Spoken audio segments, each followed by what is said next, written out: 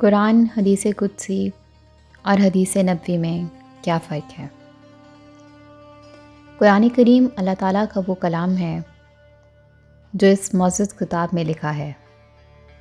یہ وہ معجزہ ہے جس سے اللہ تعالیٰ نے اپنے نبی حضرت محمد صلی اللہ علیہ وآلہ وسلم کو تائید و مدد دی اور ان کے جھٹلانے والوں کو چیلنج کیا۔ نسلاً بعد نسل بہت بڑی تعداد سے تواتر اور تسلسل کے ساتھ نقل کرتی چلی آئی ہے۔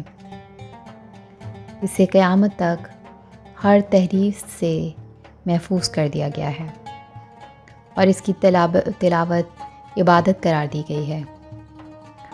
عرب چاہتے تھے کہ دل و دماغ کو مخاطب کرنے والی کتاب کے ذریعے چیلنج کیے جانے کی جگہ محسوس خارق العادت معجزات آئے ہوئے تھے۔ سورۃ الرعد آیت نمبر 31۔ اور کیا ہو جاتا اگر کوئی ایسا قرآن اتارا جاتا جس کے زور سے پہاڑ چلنے لگتے یا زمین شک ہو جاتی یا مردے قبروں سے نکل کر بولنے لگتے۔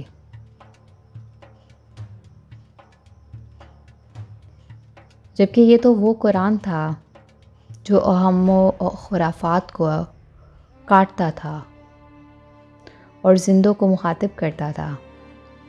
پھر جب ان کے مطالبے پر معجزات آئے تب بھی ان میں کوئی یکسوئی ایمان نہ لایا، کیونکہ دلی اناد و بغض نے انہیں اندھا کر دیا تھا۔ جناب حارث کی روایت ہے کہ میں ایک بار مسجد گیا تو دیکھا کہ لوگ بحث و مباحثہ میں مشغول ہیں۔ میں حضرت علی کے پاس گیا اور انہیں اس کی خبر دی۔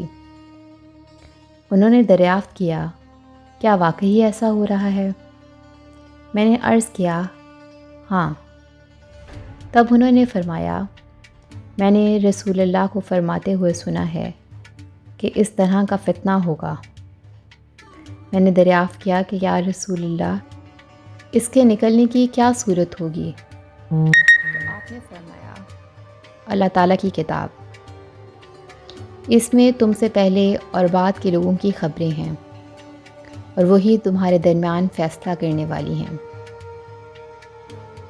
وہ کوئی مذاق کی چیز نہیں جو زبردست بن کر اسے چھوڑے گا، اللہ تعالیٰ اسے توڑ دے گا، اور جو اس کے علاوہ کہیں اور ہدایت تلاش کرے گا اللہ تعالیٰ اسے گمراہ کر دے گا۔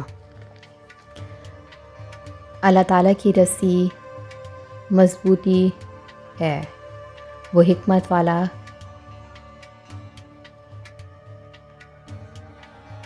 وہی سیدھا راستہ ہے، خواہش تنفس اسے متاثر نہیں کر سکتی، زبانیں اس کے بارے میں التباس و شک میں مبتلا نہیں ہو سکتی، اہل علم اسے سیر نہیں ہو سکتے، بار بار دہرانے سے بھی وہ پرانی نہ ہوگی، نہ اس کے عجائب ختم ہوں گے۔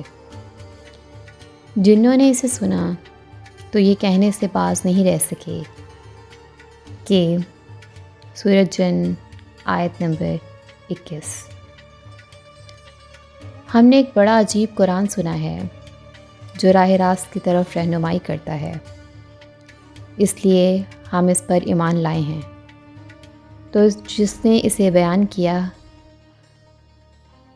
کہا جس نے اس پر عمل کیا اجر کا حقدار ہوا، اور جس نے اس کی طرف دعوت دی اس نے سیدھے راستے کی طرف رہنمائی کی۔ حدیث سے معلوم ہوتا ہے کہ سنت کے مطالعہ سے پہلے قرآن کریم کا مطالعہ ہونا چاہیے۔ دوسرے لفظوں میں وہ سنت کا عالم نہیں ہو سکتا جو قرآن کی سمجھ میں کوتاہ ہو۔ کتاب و سنت ایک ساتھ دین کے ستون ہیں۔ حدیث قدسی بھی اللہ تعالیٰ ہی کا کلام ہے، اس میں قرآنی خصوصیات نہیں ہیں، اس کی عبارت اعجاز والی نہیں، نہ اس کے ذریعے چیلنج کیا گیا۔ نہ اس کی تلاوت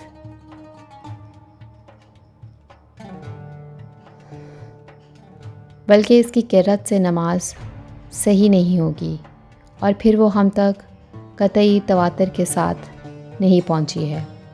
احادیث قدسیہ میں صحیح، ضعیف بلکہ موضوع تک قرار دی گئی ہیں۔ مثلاً یہ حدیث، میرے بندے میری اطاعت کر، میں تجھے ربانی بنا دوں گا، اور تب تو کسی چیز کو چاہے گا تو وہ ہو جائے گی، اس کی کوئی بنیاد نہیں ہے۔ بعض علماء کہتے ہیں کہ حدیث قدسی رسول اللہ کا کلام ہے، جس میں آپ اللہ تعالیٰ کی مراد بیان کرتے ہیں، گویا اللہ تعالیٰ کی ترجمانی کرتے ہیں، اور حضرت ابراہیم و موسیٰ کے صحف میں نازل شدہ وحی کے مشابہ ہے۔ یعنی اللہ تعالیٰ کا ایسا کلام جو اعجاز والا نہیں، نہ اس کے الفاظ کی تلاوت اور اس ذریعے عبادت کی جاتی ہے، جیسا کہ قرآن کریم کے ساتھ معاملہ ہے۔